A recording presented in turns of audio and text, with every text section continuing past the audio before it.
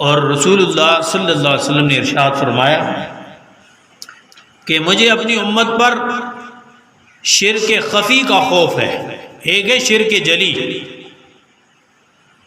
یعنی اللہ کی ذات و صفات میں کسی کو شریک ٹھہرا دینا، کسی اور کو معبود تسلیم کر لینا اللہ کے علاوہ، کسی اور کو اللہ کے علاوہ مشکل کشا اور حاجت روا سمجھنا، یہ تو شرک جلی ہے۔ ایک ہے شرک خفی۔ تو رسول اللہ صلی اللہ علیہ وسلم نے فرمایا کہ مجھے اپنی امت پر شرک خفی کا خوف ہے۔ صحابہ نے پوچھا شرک خفی کیا ہے؟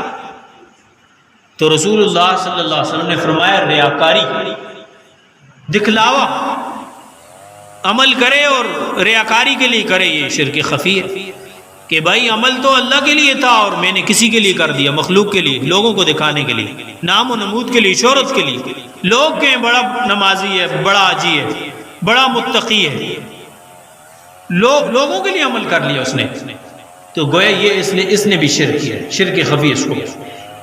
اور بلکہ حدیث میں واضح آتا ہے کہ جس نے ریاکاری کے لیے نماز پڑھی اس نے شرک کیا، جس نے ریاکاری کے لیے صدقہ کیا اس نے شرک کیا۔ تو میرے عزیز بھائی اور دوستو، عمل کی قبولیت کے لیے تیسری چیز اخلاص ہے۔